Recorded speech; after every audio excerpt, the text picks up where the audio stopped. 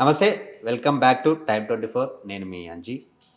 ఒకప్పుడు ఉమ్మడి ఆంధ్రప్రదేశ్ ఉన్నప్పుడు ఉమ్మడి ఆంధ్రప్రదేశ్ని ఒక రేంజ్లో అభివృద్ధికి మారుపేరైనటువంటి తెలుగుదేశం పార్టీ ఈరోజు ఆంధ్రప్రదేశ్ తెలంగాణ రెండు విడిపోయిన తర్వాత తెలంగాణలో తెలుగుదేశం పార్టీ ఇంకా విజృంభించుకోవట్లేదు. చాలామంది లీడర్స్ ఆ పార్టీ నుంచి మిగతా పార్టీలకు వెళ్ళిపోవడం జరిగింది. అయితే ఈరోజు మనతో మన గెస్ట్ మాజీ రాష్ట్ర అధ్యక్షులు బక్కాని నరసింహులు గారు ఉన్నారు. ఆయనతో చాలా విషయాలు మాట్లాడి తెలుసుకునే ప్రయత్నం చేద్దాం. అసలు తెలంగాణలో ఏం జరుగుతుంది, మరి ఏపీ రాజకీయాలు ఎలా ఉన్నాయి, తెలంగాణలో మరి మీ పార్టీ ఎప్పుడు ముందుకు సాగబోతుందనే విషయాలు ఆయనతో మాట్లాడి తెలుసుకునే ప్రయత్నం చేద్దాం. నమస్తే సార్. నమస్కారం. ఎలా ఉన్నారు సార్? ఫైన్. సో యాక్చువల్లీ మా ఆడియన్స్కి ముందుగా మీ గురించి తెలియాలి. ఇక్కడ బక్కాని నరసింహులు, బర్త్ ప్లేస్ లింగారెడ్డి కూడా, షాద్ నగర్, ఇప్పుడు అది ఫరూక్ నగర్గా ఉన్నది. అయితే చదువు కూడా అక్కడే పూర్తయింది. అయితే ఒరిజినల్గా ఏంటంటే పుట్టిన గ్రామం మాత్రం నాగులపల్లి. ఎందుకంటే సాధారణంగా ఒక స్త్రీ గర్భవతి ఉన్నప్పుడు, నిండు చూలాలుగా ఉన్నప్పుడు సాధారణంగా తల్లిగారింటికి తీసుకుపోతారు. గ్రామం మాత్రం లింగారెడ్డి కూడా, కానీ బర్త్ ప్లేస్ నాగులపల్లి. ఓకే. ఆ విధంగా మనం కొంతకాలం స్వామి వివేకానందుని ఆర్గనైజేషన్లో కన్యాకుమారిలో, అదేవిధంగా మన దగ్గర 21 బాల్వాడీ సెంటర్లు నడపడం, ఈ స్వచ్ఛంద కార్యక్రమాలు కూడా చేస్తూ ఆ విధంగా రావడం జరిగింది. తల్లిదండ్రుల బ్యాక్గ్రౌండ్ సార్? ఇక అందరూ వ్యవసాయం అంతే. కానీ మీకు రాజకీయాల్లోకి రాజకీయాలకు రావాలంటే నాకు ఎక్కువ ఈ స్వామి వివేకానందుని స్ఫూర్తి చిన్నప్పటి నుంచి ఆయన పుస్తకాలు చదవడం, ఆ విధంగా పరోపకార బుద్ధి రావడానికి కారణం వివేకానందుడే. తర్వాత ఎన్టీ రామారావు గారు. ఎన్టీ రామారావు గారు ఎట్లా అంటే ప్రజలే దేవుళ్ళు, సమాజమే దేవాలయం. ఇది సామాన్యమైన పదం కాదు. ఎందుకంటే ఒకనాడు రాజ్యాంగ రూపక శిల్పి అంబేద్కర్ గారు ప్రజలే రాజులు అన్నాడు. ఈయన ఇంకా కొద్దిగా ముందుకు పోయి ప్రజలే దేవుళ్ళు అన్నాడు. అంటే God is omni present, is dwelling in everybody's body అని. అంటే దేవుడు అందరి సకల జీవులలో మానవుడు తెలివైన జంతువు. అందుకు ఆయన సరాసరి దేవతలుగా ఓటర్లే దేవుళ్ళు అన్నాడు. ఆ దేవుని లాంటి మనిషికి పట్టేడు అన్నం పెట్టాలి. చరిత్రలో ఏమున్నదంటే అన్ని దానాల కంటే గొప్ప పవిత్రమైన దానం అన్నదానం. అన్నదానము, కన్యాదానము, భూదానము, వస్త్రదానం, విద్యాదానం ఇలాంటివి అత్యంత పవిత్రమైనవి. అంతేకాకుండా ఈ దానం అనే దానికి కూడా ఏం చెప్పిండంటే wealth has got 4 kinds of share holders. The number 1 share holder దానము ఆర్ ధర్మం. Second is fire, third is తిరుదన్ థీఫ్ దొంగ, నాలుగవది సర్కార్.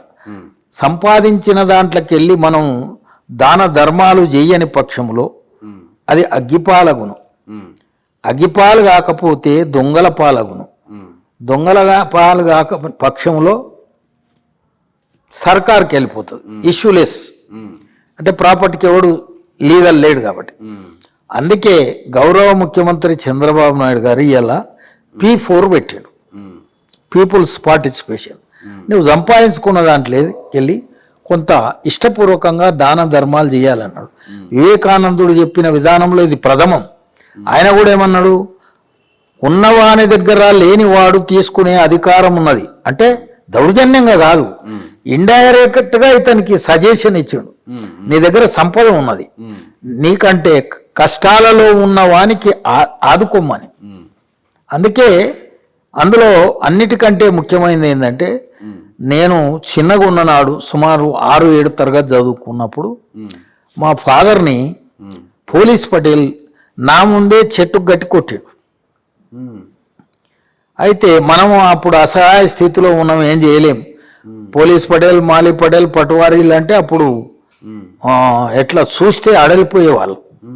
అందుకొరకు అప్పుడు మేమే 16.5 సంవత్సరాలు వాళ్ళతోనే పోరాటం చేసి వాళ్ళ పదవులు పోయినాయి. ఎన్టీఆర్ వచ్చిన తర్వాత ఒకటే కాలంతో రద్దు చేసిండు. అంటే ఈ భారతదేశంలో ఎవరేం చేసిండ్రో మనం విమర్శించదలుచుకోలేదు, కానీ ప్రజలకు నిజమైన స్వాతంత్రం ఇచ్చిండు ఎన్టీఆర్. అంతేకాకుండా ఒక మహిళ చిన్ననాడు తల్లిదండ్రి చేతుల, పెద్దగా అయినాక మొగం చేతుల, ముసలిగా అయినాక కొడుకు చేతుల పరాధీనం, ఇతరుల మీద ఆధారపడే జీవనంలో వివేకానందుడు ఏమన్నాడు? అప్రెషన్ ఆఫ్ ఉమెన్ అన్నాడు. స్త్రీలకు స్వాతంత్రం లేదు, వాళ్ళు ప్రెషరైజ్కు లోనవుతుండ్రు. అందుకొరకు వాళ్ళకు స్వాతంత్రం ఉండాలంటే తల్లిదండ్రి ఆస్తిలో హక్కు కల్పించాడు. దాన్ని చంద్రబాబు నాయుడు గారు 5 లక్షల మహిళా సంఘాలు ఏర్పాటు చేశాడు. అంతేకాకుండా అంటరాంతనం ఉన్నది. ఆంధ్ర పార్టీ అని మమ్మల్ని అనిసిండ్రు, ఉన్నోళ్ళనంతా దోసుకున్నారు. సరే, బలహీనం కనబడవచ్చు, ప్రజలల్లో ప్రేమ ఉన్నా తీసుకొని వచ్చే నాయకులందరూ స్వార్థంతో వేరే పార్టీలకు పోయారు. మరి పెద్దిరెడ్డిపేట, మెదక్ జిల్లాలో ఓటర్ల 2 గ్లాసుల పద్ధతి, దేవాలయాల ప్రవేశం లేకుండా అణగారిన వర్గాలను మరి దేవాలయ ప్రవేశము చేసింది తెలంగాణలో చంద్రబాబు నాయుడు గారే కదా. మెదక్ జిల్లా పెద్దిరెడ్డిపేట, ఒకనాడు జోగిపేట, ఇవి ప్రతిష్టాత్మకమైనవి. ఆనాడు ఆంధ్రలో ఉన్న పెద్దోళ్ళు, చదువుకున్న వాళ్ళందరూ కూడా నిజాం కాలంలో గస్తీ నిషాన్ తిరుపన్ జీవో నంబర్ 53 తెలుగులో చదివేది లేదు, అన్నీ ఉర్దూలనే చదవాలి. అలీ బే పే సే తే జీమ్ చీమ్ హాయ్ కాయ్ అని. అటువంటి సందర్భంగా మా సోదరులు తెలుగులో వెనుకబడి ఉన్నారని ఆంధ్రకెళ్ళి వచ్చి ఆంధ్ర మహాసభలు పెట్టారు. అది జోగిపేటలో, మెదక్ జిల్లాలో పెట్టింది ప్రథమ ఆంధ్ర సభ. మరి అది ఆనాడు ఆంధ్రులు అని ఎందుకో కొట్లాడలేదు. ఇంకోటి నేనేమంటున్నానంటే, ఇప్పుడు నాలాంటోడు ఎంత కష్టపడి పనిచేసినా ఆంధ్ర తెలంగాణ అనే అంశం మీదనే నా ఎంబడి నూళ్ళందరూ వెళ్ళిపోయారు. పెద్ద పెద్దోళ్ళు పోయిన అనుభవించి చంద్రబాబు నాయుడు ద్వారా లాభం పొందిన పెద్దలందరూ కూడా కాళ్ళకు బుద్ధి చెప్పారు. నేనేమంటున్నానంటే, చిత్తూరు, గుంటూరు, నిమ్మకూరు వాళ్ళేమో మనకు పరాయి వాళ్ళ కనబడుతున్నారు. అరబ్ దేశస్థుడు కులీ కుతుబ్ షా, టర్కీ దేశస్థుడు నిజాం, స్వతంత్రం వచ్చిన తర్వాత పాలించిన ఆయన 1 సంవత్సరం జయంతనాథ్ చౌదరి మిలిటరీ ఆఫీసర్. ఆయన తర్వాత రెవెన్యూ ఆఫీసర్ సీఎంగా చేసిండు 4 ఏళ్ళు. ఆయన పేరు ఎంకే వెల్లోడి, ఐసిఎస్. ఈయన వెస్ట్ బెంగాల్ మిలిటరీ ఆఫీసర్, ఆయన కేరళ నివాసి. కేరళ నివాసి ఉన్నప్పుడే రెవెన్యూ మినిస్టర్గా బూరుగులో ఉంటే మా ఎమ్మెల్యే, ప్రథమ ఎమ్మెల్యే, ఆయనే భూదానోద్యమం అప్పుడే ప్రారంభమైంది. ఆ తర్వాత ఇదంతా జరిగింది. అందుకు నేనేమంటున్నంటే, ఎవరు ఎక్కడి వాళ్ళు, ఆనాడున్న కేసీఆర్ ఏం చేసిండు? కేవలం ఆంధ్ర తెలంగాణ మీదనే దెబ్బ కొడితే 15 మందిని కష్టకాలంలో గెలిపించినా దోషేసిండు. తర్వాత 2 కేస్తే వాళ్ళని లాగేసిండు. అంటే అధికారంలో ఉన్నవాడు ప్రతిపక్షాలను కూడా గౌరవించాలి, వాక్కు నియంత్రణ ఉండాలి. రాష్ట్ర విభజన అయినాక ఎవరికి లాభం జరిగింది? సర్ఫెకాస్ భూములు ఎవడి పాలాయి? సర్ఫెరాయి భూములు ఏడున్నాయి? గైరాన్ భూములు ఎవరు ఉన్నాయి? చుట్టాలు పక్కాలు. చంద్రబాబు నాయుడు గారు 11/9/96లో ఎందుకు పోచంపల్లిలో వాళ్ళకు కాంస్య విగ్రహాలు పెట్టి ఎందుకు టూరిజం సెంటర్ చేసిండు? ఒక పెద్ద ఆయన చేసిన పుణ్యకార్యం కలకాలం ఉండాలి, భావి తరాలకు అందాలని. అదంతే ఎందుకు? సెక్రటేరియట్లో చంద్రబాబు నాయుడు గారు 1,25,000 ఫైళ్లను క్లియర్ చేయించాడు. ప్రతి టేబుల్ దగ్గర పోయిండు. ఏ ముఖ్యమంత్రి చేసిండు? ఒకవేళ ఏంటంటే సండే మండే పండుగ లేకుండా ప్రజల దగ్గరికి పాలన చేసిండు అనేది కొంతమంది కోపం రావచ్చు. కానీ ఆయన చేయించిన పని ప్రజల కొరకు. ఆయన మండలానికి తెస్తే పెద్ద ఈయన నీ గుమ్మం దగ్గరికి తెచ్చాడు. దశకోప సమావాపి దశవాపి సమోహృద దశ హ్రద సమాపుత్రో దశపుత్రో సమోద్రుమ అన్నాడు. 10 చేద బావులు ఒక దిగుడు బావితో సమానం, 10 దిగుడు బావులు ఒక చెరువుతో సమానం, 10 చెరువులు ఒక కొడుకుతో సమానం, 10 మంది కొడుకులు ఉన్న ఒకటే, చెరువు ఉన్న ఒకటే. చంద్రబాబు నాయుడు గారు వన సంరక్షణ సమితులు పెట్టిండు, అడవులను కాపాడిండు. అడవులు ఎవని పాలాయరు తెలంగాణ అన్నట్టు అయిపోయింది. ఏడుందో. ఎన్టీ రామారావు గారు ఒక నటుడిగా మన తెలుగు రాష్ట్రంలో ఒక మంచి పేరున్న వ్యక్తి. అలాగే సినిమాలు కూడా హిట్ల మీద హిట్లు పడుతూ ఉన్నాయి. ఒక మంచి పొజిషన్లో ఉన్నాడు. బట్ ఆయనకి రాజకీయాల్లోకి రావాలి, ఒక పార్టీ మనమే స్థాపించాలన్న ఆలోచన ఎందుకు వచ్చింది అనుకుంటారు? అంటే తెలుగు వాళ్ళందరూ కూడా మద్రాసీలుగా పిలువబడ్డారు. మద్రాసీలుగా పిలువబడు. ఇంకోటి ఆంధ్ర తెలంగాణ అల్లరి కూడా అప్పుడప్పుడు ఎవరికి అవకాశం వచ్చినప్పుడల్లా జై తెలంగాణ అన్నారు. అందుకే ఆయన ఏం చేసిండు, తెలుగు వాళ్ళందరూ కూడా మనం ఒక్కటి, మనకు బీద ప్రజానీకం ఇంత అణగారిన వాళ్ళను హక్కున తీర్చుకునే వ్యవస్థ లేదు. లీడర్లు అందరూ ఫ్యాన్ల కింద కూర్చుంటున్నారు, పల్లెలకు ఊతలేరు. రాజకీయ వ్యవస్థలో మరి అవినీతి అనేది ఉండకూడదు, నిర్మోహమాటమైన వ్యవస్థ ఉండాలి అని ఆయన పార్టీ పెట్టి ఆయన మొట్టమొదటి ముఖ్యమంత్రి నాయకుడు. ఆంధ్ర తెలంగాణ రాయలసీమ 3 ప్రాంతాలలో పోటీ చేసి గెలిచిన ఏకైక నాయకుడు. పోరాటాల గడ్డ 1946కెళ్ళి 51 అక్టోబర్ 21 దాకా సాయుధ పోరాటం జరిగింది. ఆ పోరాటంలో ప్రథమ స్థానం నల్గొండ, వరంగల్. ఆ నల్గొండ తాలూకాకే ఎమ్మెల్యేగా 38,000 మెజార్టీతో గెలిచిండు ఎన్టీఆర్. మరి మద్రాసీలు ఉన్నప్పటికీ అప్పుడప్పుడు తెలంగాణ వాళ్ళు జై తెలంగాణ అనేవాళ్ళు అని చెప్పేసి ఒక మాట అన్నారు. అప్పుడే ఆంధ్ర వాళ్ళకి తెలంగాణ వాళ్ళకి విభేదాలు అనేది స్టార్ట్ అయ్యాయి. రాజకీయ నాయకులు సృష్టించారు నాయన. ఎందుకంటే ఇప్పుడు రాజశేఖర్ రెడ్డి 2014లో ఈడ ఎన్నికలు అయిపోగానే అక్కడ పోతే మీరు హైదరాబాద్ పోవాలంటే వీసా కావాలి అన్నాడు. నమ్మారు కొంతమంది, వాళ్ళు మనకేలే. అదేవిధంగా రాజశేఖర్ రెడ్డి, విజయభాస్కర్ రెడ్డి అటువంటి వాళ్ళని దోలుకొచ్చి కడపలో మీటింగ్ విద్రోహ దినం పెట్టిండు. చంద్రబాబు నాయుడు గారు ముఖ్యమంత్రి ఉంటే అది విద్రోహ దినం అని పెట్టిండు. మరి తర్వాత ఆయన వెళ్ళినప్పుడు అది విద్రోహ దినం కాదా? ఇప్పుడు వాళ్ళ తండ్రి కానీ వాళ్ళు కానీ ఈ ఉమ్మడి రాష్ట్రంలో, బయట నాకు తెలియదు కానీ మొత్తము మైనింగ్ అంతా నాశనం చేసారు. చిన్న ఆయనను చంపితే దానికి మేమంటే పగోళ్ళం అనుకో, మరి మీ చిన్న ఆయనది నీవెందుకు తెలుసలే? ప్రగల్భాలు పలుకుతున్నాడు. అందుకు నిజమైన ప్రజాస్వామ్యం మా కాలంలో వచ్చింది. రిగ్గింగ్ అనేది మీ కాలం, ఆ రిగ్గింగ్ ఆపేది మా కాలం. రాజశేఖర్ రెడ్డి గారికి అలాగే ఈ చంద్రబాబు నాయుడు గారికి ఇద్దరి మధ్య స్నేహపూరితమైన సంబంధాలే ఉండేయా, లేకపోతే వ్యక్తిగతంగా అంటే మనకు అంత తెలియదు కానీ కొంతమంది చెప్తారు ఇద్దరు స్నేహపూర్వకంగానే ఉండేదని. మరి ఆయనన్నా చంద్రబాబు నాయుడు గారిని అంటే కొద్దిగా వ్యంగ్య భాషణం చేశాడు శాసనసభలో. కానీ చంద్రబాబు నాయుడు గారు ఆయన జీవితంలో ఎవరిని కూడా విమర్శించిన దాఖలాలు లేవు. ప్రతీకారం తీసుకునేటువంటి వ్యవస్థ లేదు, ఎప్పుడు లేదు. ఆయన ఎంతకాలమో అభివృద్ధి అభివృద్ధి అభివృద్ధి. రాజశేఖర రెడ్డి గారి వల్ల ఆంధ్రప్రదేశ్కి, ఉమ్మడి ఆంధ్రప్రదేశ్కి ఎలాంటి అభివృద్ధి కాలేదంటారా? అప్పుడు 1956కి వెళ్ళి అనేక మంది ముఖ్యమంత్రులు ఉన్నారు. ఆయన వల్ల కూడా లాభం జరగలేదని నేను చెప్పడం లేదు, కానీ ప్రజలకు ఉపయోగపడే కార్యక్రమం. ఇప్పుడు ఆయన నిజంగానే లాభం చేసిందంటే సుమారు 3,000 ఎకరాలు బీదల బోనాలు తండ్రి తీసుకున్నాడు, తెలియక కొన్నాడు అంటాడు. ఒక లీడర్ చేసి జవాబు ఇచ్చే విధానం అదే.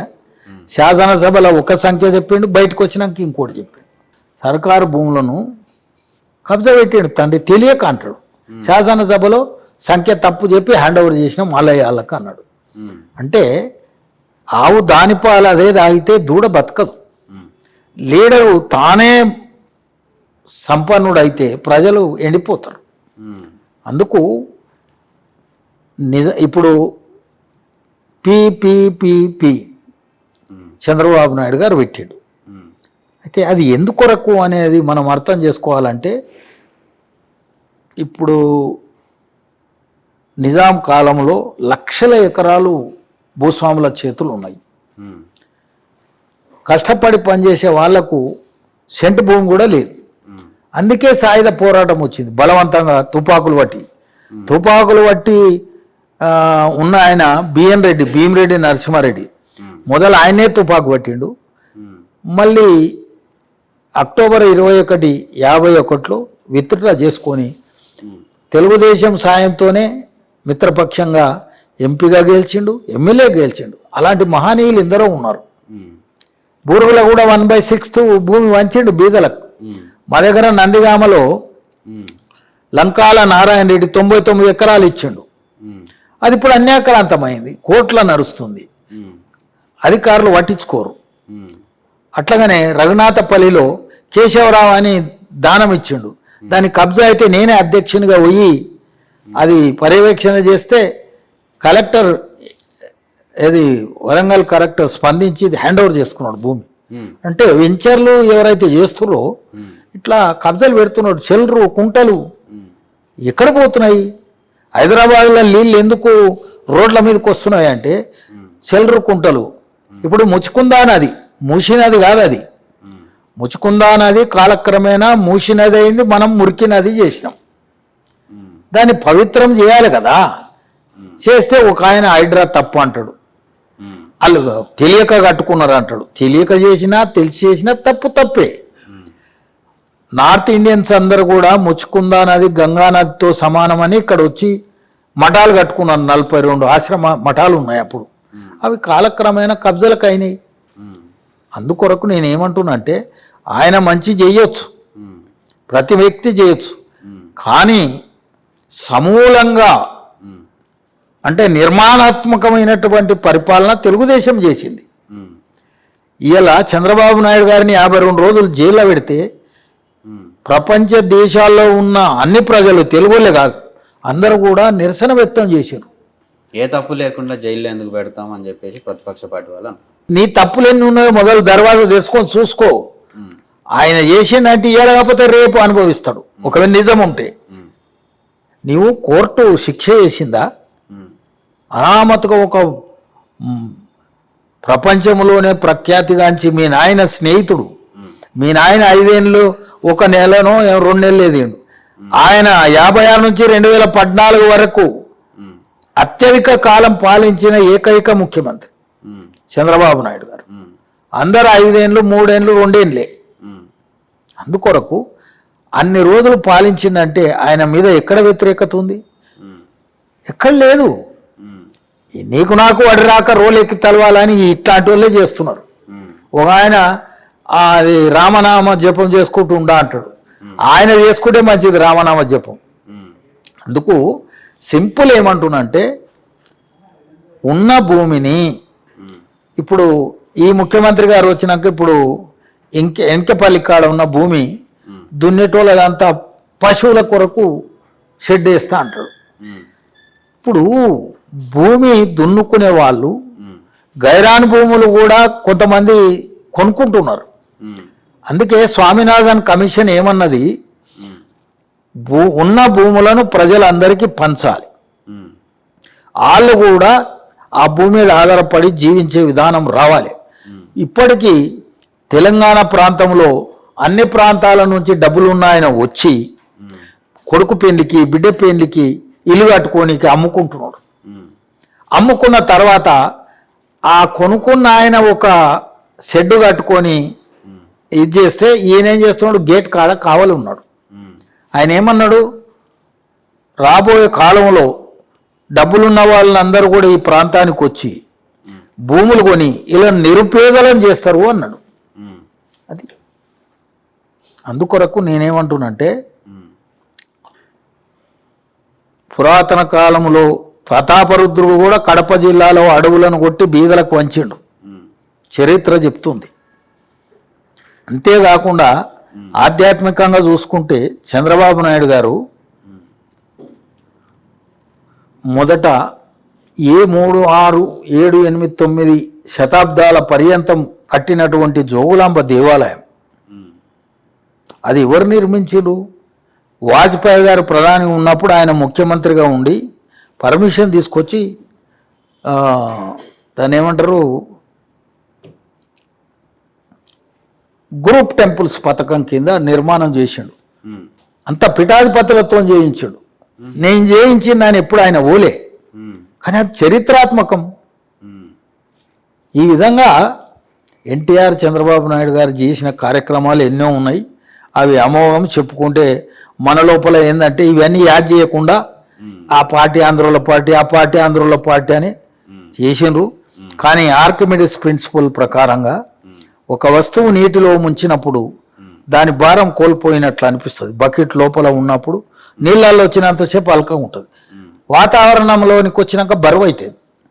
మేము కూడా ఆంధ్ర, తెలంగాణ, ఆంధ్ర అక్కడోళ్ళు ఆయన ఇక్కడ ఎందుకు వస్తాడని చెప్పే వరకల్లా ఏమైందంటే కొంతమంది భయపడి మమ్మల్ని నిలిచిపెట్టి అక్కడ పోయినరు. అది ఎందుకు అయిందా అంటే ఊర్ధ్వాధవ పీడనాల వల్ల బరువు తగ్గుతుంది, ప్రిన్సిపల్ ఆర్కిమిడిస్ ప్రిన్సిపల్.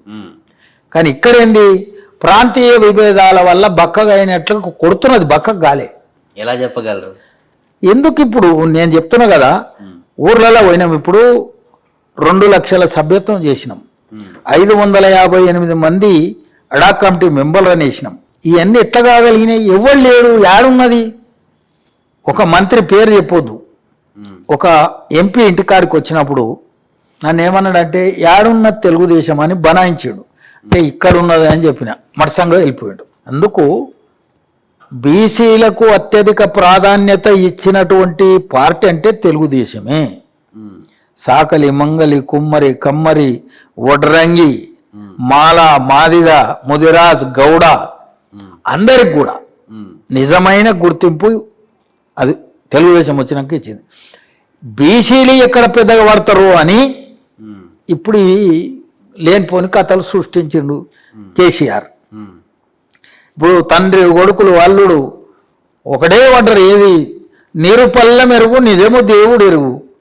ఆడ నిజంగానే మేము గట్టి బనకచెల్ల నష్టం చేస్తుందంటే నీవిడ టీవీలలో మాట్లాడు, లేకుంటే ఒకటేన్నో గోడల మీద చూపించుడు కాదు. ప్రభుత్వం ఉంది. ఒకనాడు ఆయన ఏమన్నాడు, రాయలసీమను రతలాల సీమ చేస్తా, పెద్దన్న పాత్ర వహిస్తా. న్యాయస్థానాలు ఎందుకు మనకు, ప్రభుత్వాలు ఎందుకన్నా పోయి రాయలసీమను రతనాల సీమ చేస్తా అంటే ఎంతవరకు న్యాయం? ఈయన దోసుకపోతానులే ఆయనను కూడా. ఇక్కడ ఏదైతే వృధా పోతాయో సముద్రం పాలయ్యే నీళ్ళని తీసుకుపోవచ్చు అన్నాడు. తెలంగాణ ప్రాంతములో ఈ సరిహద్దులో ఉన్న నీళ్లు కాదు, వాళ్ళ సరిహద్దులోనికి పోయిన తర్వాత నీ ఇంటి నీళ్లు నాకు ఆకిట్లకు వచ్చినాక నేనేమన్నా చేసుకోవచ్చు.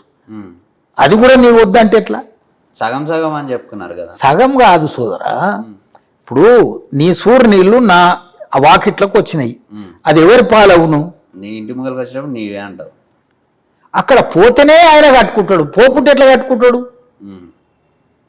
నీరు జారిపోతుంది కదా, రాళ్ల మీద పడితే అది ఇంకుతుందా? నీ భూమిలో ఉన్న నీళ్లు నీకే ఇంకుతాయి, దానికంటే ఎక్కువైనాయి జారిపోతాయి. జారిపోయినవి కూడా నాదే అంటే ఎట్లా? ఇప్పుడు వీఆర్ ఆల్ ఇండియన్స్, మనమంతా భారతీయులం, సర్దుబాటు చేసుకొని బతకాలి. ఆయన ఏమన్నా పొరపాటు చేస్తే మాట్లాడండి, అఖిలపక్షం పెట్టండి, కేంద్రం ఉన్నది, మంత్రులు ఉన్నారు, మాట్లాడాలి. ఉటేనే పొల్లు మాటలు చేసి వచ్చరా చంద్రబాబు నాయుడు తీసుకుపోయారా అని ఒక జగదీశ్వర రెడ్డి తగులుతాడు. ఆయన హరిజనుల భూమిలోకి వెళ్ళి 3 గజాల లోతు మట్టి తీసి తన పొలంలో పోసుకొని మాకు నీళ్లు చెన్లు ఆ నీళ్లకు నిల్వ చేస్తే పొలాలు పాడైనాయి చేకూర్ల. ఆయన శాస్త్రాలు చెప్తాడు. వాళ్ళ గురించి చెప్పాలంటే ఇంకా మనకు పాపం తగులుతుంది ఎందుకు కానీ. తెలుగుదేశం పార్టీ తెలంగాణలో మరి మళ్ళీ పెద్ద మొత్తంలో ఎప్పుడు ముందరికి అంటే ఇలా నిరీక్షణ అనేది కూడా లాభాన్ని చేస్తుందని ఒక పండితుడు రాసిండు ఈనాళ్ళ. నిరీక్షణ అంటే సీతను రావణుడు ఎత్తుకపోయాడు. సీత వస్తాడో రాడు అనలే, నా భర్త రాగలడు, నన్ను తీసుకపోతాడు, ఇతని శిక్షిస్తాడని బలమైన సంకల్పం ఉంది. అదేవిధంగా భరతుడు నందిగామలనే ఉంటా, నేను మా అన్న వచ్చిన దాకా రాకపోతే నేను అగ్ని ప్రవేశం అన్నాడు. కానీ ఆయన దృఢ సంకల్పం ఉంది మా అన్న వస్తాడని. మాకు కూడా దృఢ సంకల్పం ఉంది. ఎన్టీఆర్ ఆశయాలను చంద్రబాబు నాయుడు గారి నాయకత్వంలో లోకేష్ చతురతతో ఇక్కడ కూడా పీఠము వేయగలమనే సంకల్పం ఉంది. మా నిరీక్షణ ఫలిస్తుంది. స్టార్టింగ్లో నారా లోకేష్ గారిని పప్పు అనే ఒక పెద్ద ప్రచారం చేశారు. నీకు నాకు అడి రాదు రోలెక్కి తలవాలని. ఇప్పుడు పగున్నోడు ఏమంటాడు, మంచోడు అంటాడా? ఇప్పుడు నా హృదయం బాగలేదు, all expansion is life, all contraction is death. వీళ్ళు వస్తే మళ్ళా బిక్కి అందరిని లేపుతారు. మళ్ళా చంద్రబాబు నాయుడు లోకేష్ వస్తే, ఇప్పుడు లోకేష్ విషయం చెప్తా, ఆయన కుప్పం నుంచి పాదయాత్ర చేశాడు. ఎన్ని కష్టాలు పెట్టిరు, అనంతమైన కష్టాలు పెట్టిరు. అయినప్పటికి కూడా బెదరకుండా అదరకుండా చివరికి మైకు రాకుండా చేశారు, టేబుల్ లేకుండా చేశారు. ఎన్నో అనూహ్యమైన పాపాలు చేసిండు ఆ జగన్మోహన్ రెడ్డి. అయినా ఇంకా అదొక్కటే కాదు, మేడం భువనేశ్వరి గారిని నిండు సభలో మరి అనుచితమైన వ్యాఖ్యలు చేశారు. ఈ మొత్తము ఉమ్మడి రాష్ట్రంలో ఏ రాజకీయ పార్టీ నాయకులు కూడా ఆ విధమైనటువంటి విమర్శనాత్మకమైనటువంటి, అంటే పనికొచ్చేటి మాట్లాడారు కానీ కుటుంబ సభ్యులను గురించి ఎవడు మాట్లాడలే. అది ఇండిసిప్లిన్. అందుకు నేనేమంటున్నా అంటే, లోకేష్ గారు ఇవాళ 100 రూపాయల సభ్యత్వంతో కోట్ల రూపాయలు వంచినాం చనిపోయిన యాక్సిడెంట్ అయిన వాళ్ళు. ఇప్పుడు 5 లక్షలు అయింది, అప్పుడు 2 లక్షలు, ఇప్పుడు 5 లక్షలు. మరి లోకేష్ గారి గురించి ఆ విమర్శించే వాళ్ళు ఆలోచించాలి. ఇవాళ 30 ఏళ్ళ తర్వాత చంద్రబాబు నాయుడు గారి ఆశీర్వాదం, లోకేష్ యువకులనందరినీ కూడా ఐక్యంగా నడపడం వల్లనే ఇది ప్రజాస్వామ్యబద్ధంగా ఓట్లేసారు. రిగ్గింగ్ అని వాళ్ళు అనొచ్చు. కానీ కూటమి పొత్తెందుకు పెట్టుకున్నారు? ఏపీలో అంత బలం ఉన్నప్పుడు తెలుగుదేశం పార్టీకి ఈ కూటమితో ఎందుకు ఫైట్ చేయాల్సి వచ్చింది? కరెక్టే. ఇప్పుడు ఒక పుణ్యకార్యం చేయాలన్నాం. ఆ పుణ్యకార్యం చేసేటప్పుడు అందరి ఆశీర్వాదం తోడ్పాటు కావాలి. ఒక దుర్మార్గుడు ఒక డాక్టర్ను, ఒక యువకుడు సాక్షాత్తు వాడు రాష్ట్రపతికి రాసింది నేను నక్సలైట్లలో పోతాను, ఒక డాక్టర్ని పిచ్చోని చేశారు. అలాంటి అపశృతి కార్యక్రమాలు చేస్తున్నప్పుడు అప్పుడు ఏం చేయాలి? మంచి చెడు అన్నీ ఒక దగ్గర తీసుకురావాలి. దుర్మార్గుని అనసాలంటే మరి కోతులకు ఏకాగ్రత ఉండదు అంటారు, కోతి బుద్ధి అని. మరి వానరులు అంటే వనములో నివసించే నరులు, వాళ్ళందరినీ ఇక్కట్టా చేసి రాముడు రావణుని వధించాడు. అందుకు దుర్మార్గాన్ని అనసాలంటే తప్పకుండా అందరి సహకారం కావాలి. మరి అదే కూటమిలో ఏమన్నా విభేదాలు రావచ్చేమో ఫ్యూచర్లో?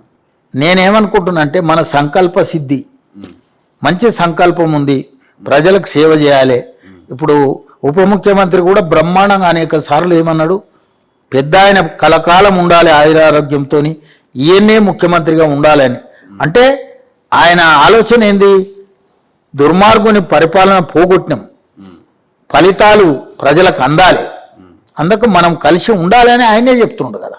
మరి ఈ తెలుగుదేశం పార్టీ వాళ్ళు కూటమిగా గెలిచిన తర్వాత ప్రతి కాన్స్టిట్యున్సీలలో ఉన్న విగ్రహాలు కావచ్చు, కొన్ని వైసీపీ చేసిన అభివృద్ధి కార్యక్రమాల బిల్డింగ్స్ కావచ్చు, ఇవన్నీ పగలగొట్టుకుంటూ పోయారు. మరి వాళ్ళు చేసిన తప్పు అయితే మీరు చేసింది ఏంటి? విగ్రహాల తలలు కూడా విరగొట్టారు కొన్ని ప్లేస్లలో. రథాన్ని కాల్చిర్రు, రాముని విగ్రహం తీసేసిర్రు.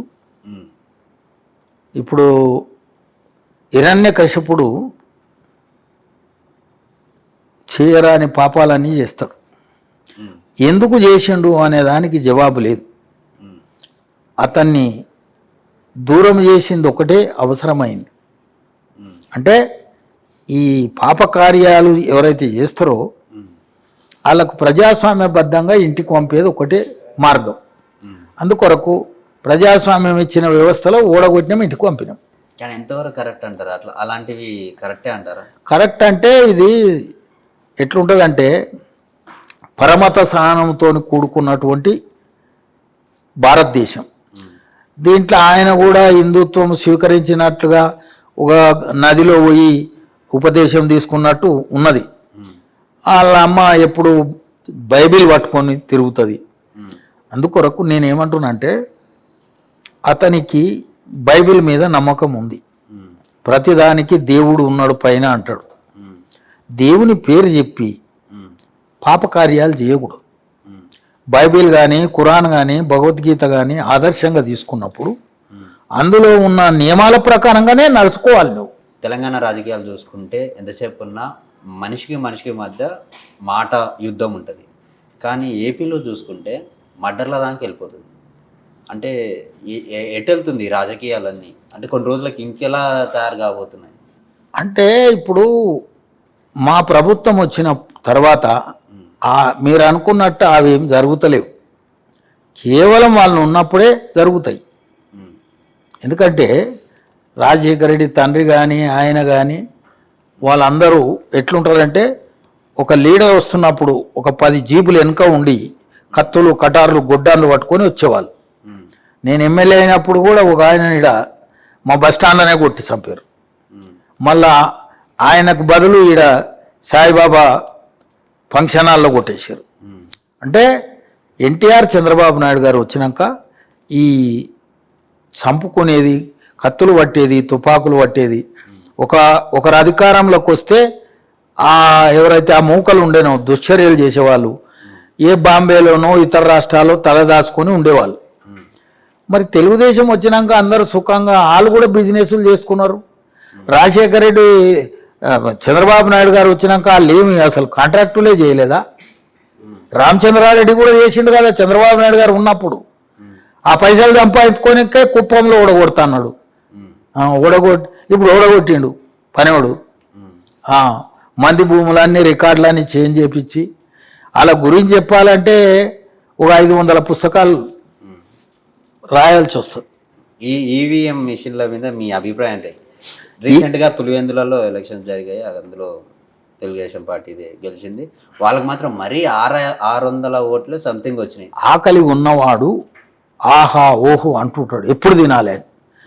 ఇన్నాళ్ళు ఓటెరగని ప్రజలు పోలింగ్ బూత్ కాడికి రానియకుండా పంట పొలాలల్లో కాలక్షేపం చేయించినటువంటి రోజుల్లో ఇలా బ్రహ్మాండంగా పోలింగ్ బూత్ కాడికి వచ్చి హాయిగా ఓటేసే పరిస్థితి వచ్చినప్పుడు ఆనందమయ వాతావరణంలో ఓటేసారు. భయానక పరిస్థితి ఉంటే పేపర్లు ఇవన్నీ చూసి ఊకోవు. ఆలలేక తలుపులు మూసి గుద్దిన రోజులు లేవు ఇవి. ఓట్లే లేదు మా చూడండి మా దానికి ఇంకు కూడా లేదు మా అంటే ప్రచారం కనిపిస్తుంది. వాళ్ళకు అభిమానులు తప్పకుండా కొంతమంది ఉంటారు. వాళ్ళు అవసరమైతే నిమ్మకాయ పెట్టి తీసేసుకొని మేము వేయలేదని కూడా చెప్పొచ్చు. ఇప్పుడు జగన్మోహన్ రెడ్డి చిన్న ఆయన కానీ పోతేనే ఇప్పటికీ బయటికి తేల్చాడు.